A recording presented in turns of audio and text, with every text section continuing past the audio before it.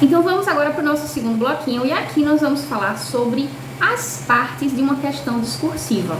Bora saber aqui quais são os elementos que compõem aí essa questão, para que na hora que a gente comece a pegar os temas, né, que a gente vá ali avaliar e resolver, vocês identifiquem o que, por exemplo, são os comandos, o que são os tópicos, quais são as palavras-chave. A proposta trouxe texto motivador ou trouxe uma situação hipotética, ou ela não trouxe nenhum dos dois recursos, né? Só tem palavra-chave ali na proposta. Então eu quero que vocês aprendam a identificar. Por isso que eu vou falar nesse bloquinho aqui dessas partes, vou explicar o que significa cada uma delas, para que sempre que vocês olhem, né, se deparem ali com uma questão discursiva, vocês consigam identificar cada um desses elementos e saber como trabalhar essas partes, beleza?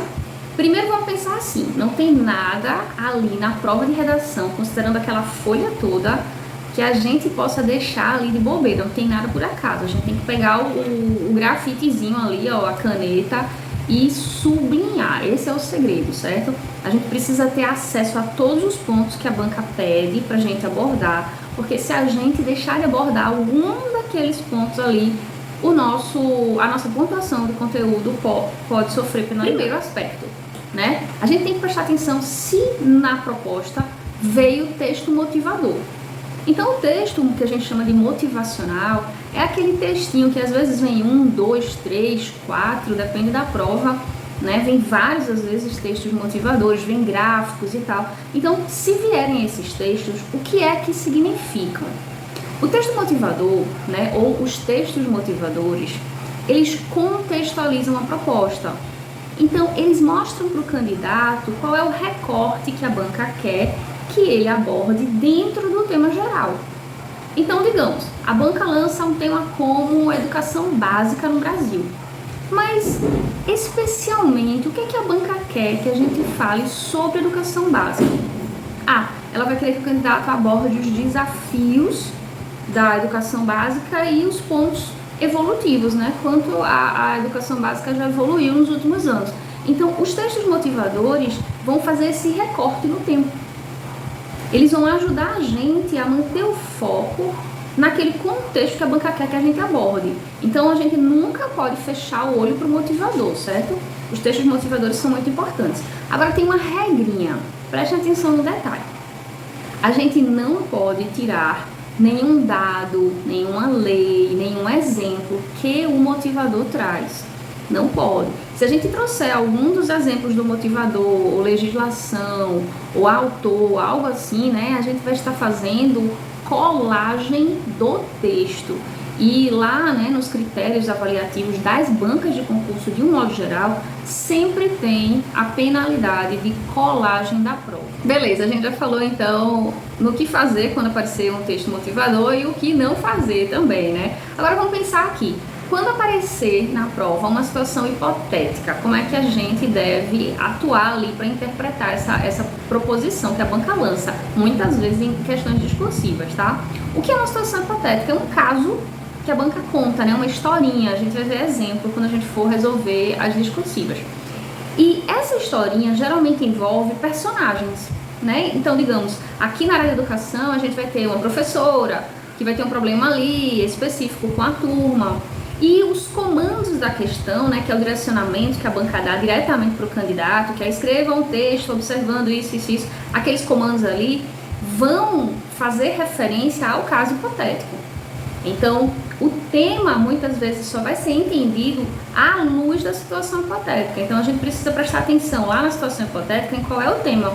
A historinha está sendo contada ali para tratar de qual tema específico. Então, o primeiro passo é sublinhar o tema.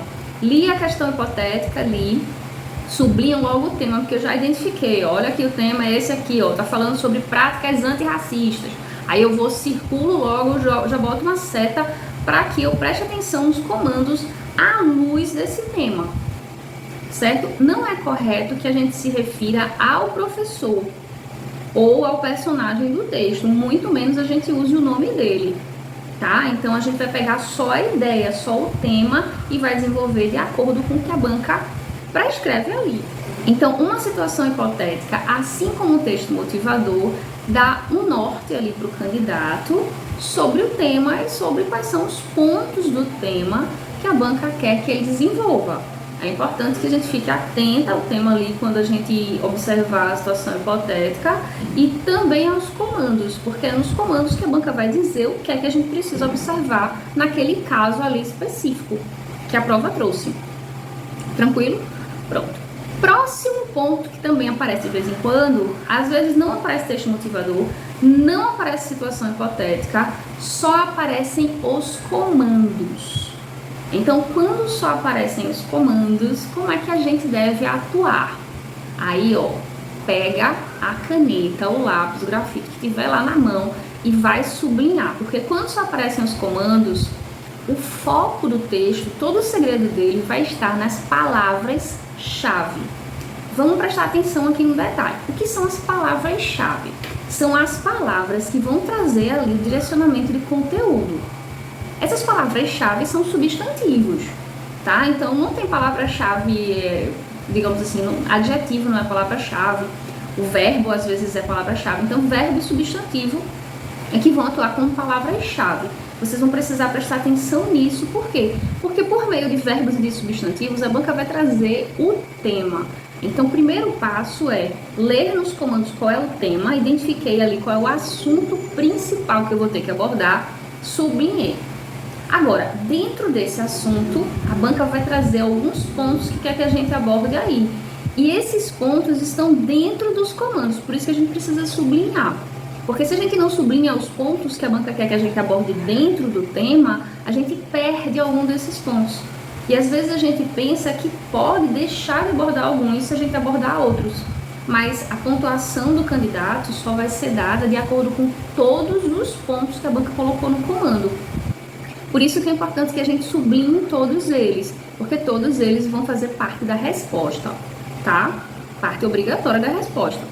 Então, prestar atenção no texto motivador, na situação hipotética, quando não vier nenhum dos dois, prestar atenção nos comandos, especialmente nas palavras-chave. Outro ponto importante, digamos que às vezes, né, a banca vai fazer lá com vocês o seguinte, ela vai citar, ela vai pedir, quer dizer, para vocês citarem alguns conceitos. Então, digamos, ela vai pedir para vocês citarem 3 conceitos dentro de uma área específica.